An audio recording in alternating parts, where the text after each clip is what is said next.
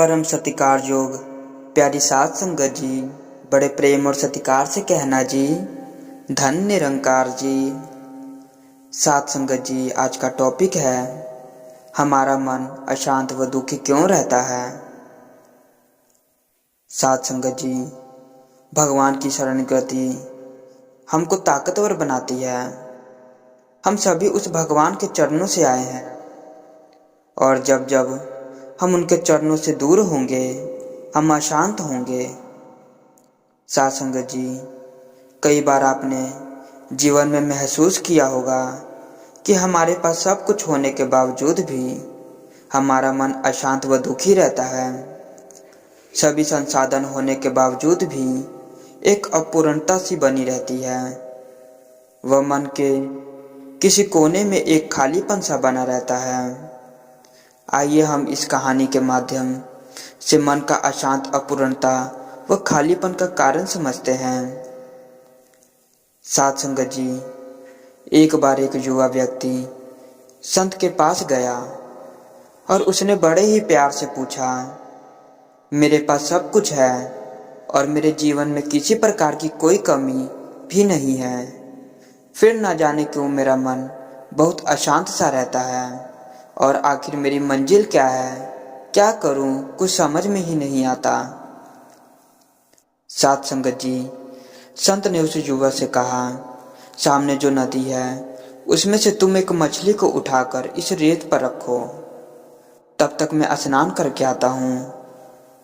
साध संगत जी, उस युवा ने ऐसा ही किया। उस मछली को पानी में से निकालकर रेत पर रख दिया। तब थोड़ी देर बाद वो युवा देखता है कि मछली बहुत बुरी तरीके से छटपटा रही है, तड़प रही है। उसे वो देखा नहीं जा रहा था, उसे डर था कहीं मर ना जाए। साध संगत जी, उसी वक्त संत वापस आते हैं और पूछते हैं, क्या हुआ, तुमने क्या देखा। फिर वो युवा कहता है, ये मछली बहुत छटपटा रही थी, बेचैन थी, बस इतना सुनना था। संत हंस पड़े और कहा, इससे पहले वहीं छोड़ कर आओ। उसने ऐसा ही किया। फिर देखा मछली खुश हो गई। साध संगत जी, संत ने उस युवा से कहा, इसी तरह से हम सभी उस परमात्मा के घर से आए हैं। जब जब हम सभी उनके चरणों से दूर होंगे हम इसी तरह मछली की तरह छटपटाते रहेंगे। संसार का कार्य करो, सब रिश्ते भी निभाओ, पर याद रखना लौटकर उसके पास ही जाना है। साध संगत जी, हम सभी उस परमात्मा के चरणों से जब जब दूर चले जाते हैं तब तब मन अशांत हो जाता है, हम भटक जाते हैं। और जब जब हम सभी काम करते हुए उसके चरणों को नहीं भुलाते तो हमारा मन संसार में भी शांत होगा और परमात्मा के चरणों में भी भक्ति बढ़ेगी। साध संगत जी, उसी के चरणों में शांति व परम आनंद की प्राप्ति होगी। साध संगत जी, अंत संसार के सभी कार्य कीजिए व सभी रिश्ते निभाइए, लेकिन अपने अपने परमपिता परमात्मा का सिमरण व नाम जप जरूर करते रहिए। साध संगत जी, सुकून की इच्छा, सुकून एक जिंदगी की तलाश में है हर कोई दौलत तो कोई शोहरत में ढूंढ रहा है। साध संगत जी, मिलता है यह तेरे अंदर से जिसे तू हर शय में ढूंढ रहा है। साध संगत जी, सुकून का अर्थ ही यही है, शांति।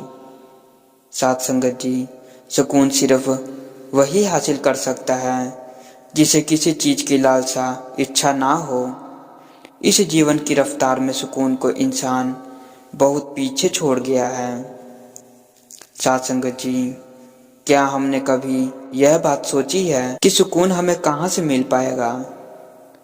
साध संगत जी, जंगलों में, पहाड़ों में, अकेले बैठने में, धन कमाने में, जिंदगी को समझाने में या पिछली बातों को याद करने में मिलेगा सुकून।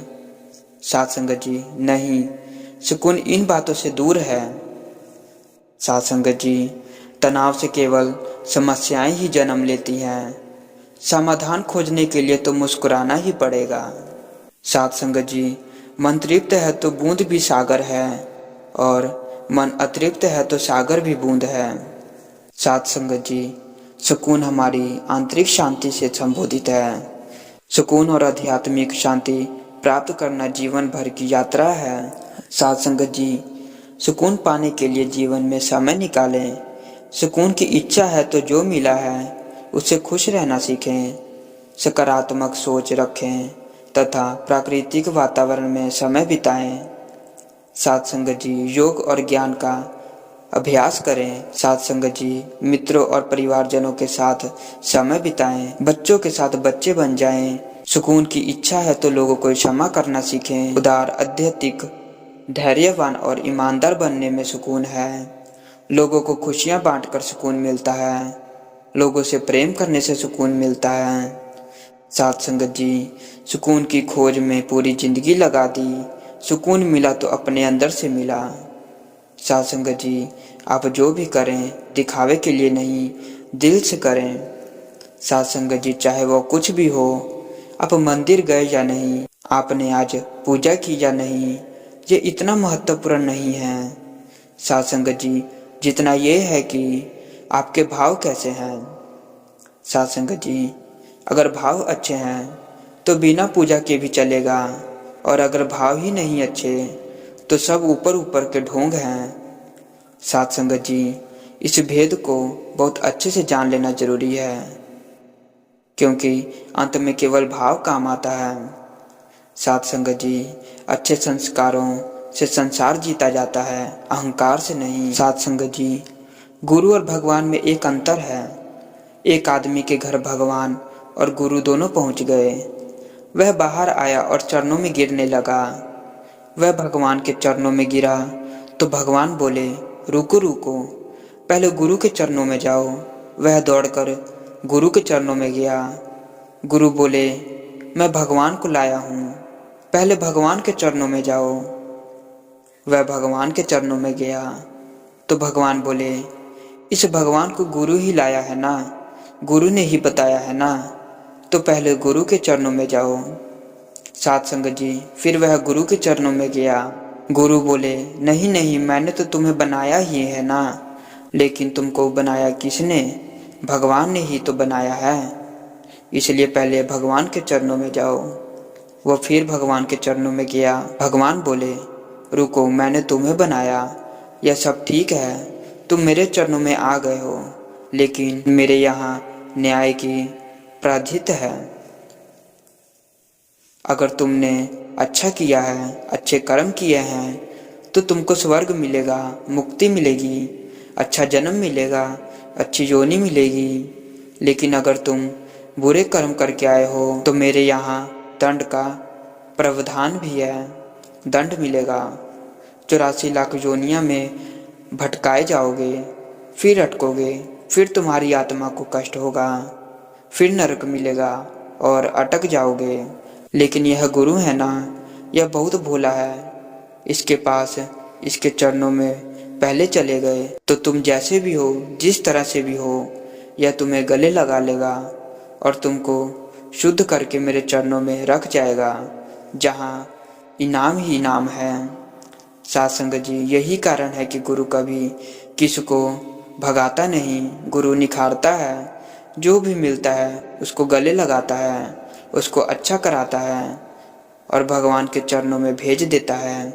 साथ संगत जी, दास इन्हीं वचनों से आप सभी संत महापुरुषों से आज्ञा लेगा। साथ संगत जी, बड़े प्रेम से कहना जी, धन्य निरंकार जी।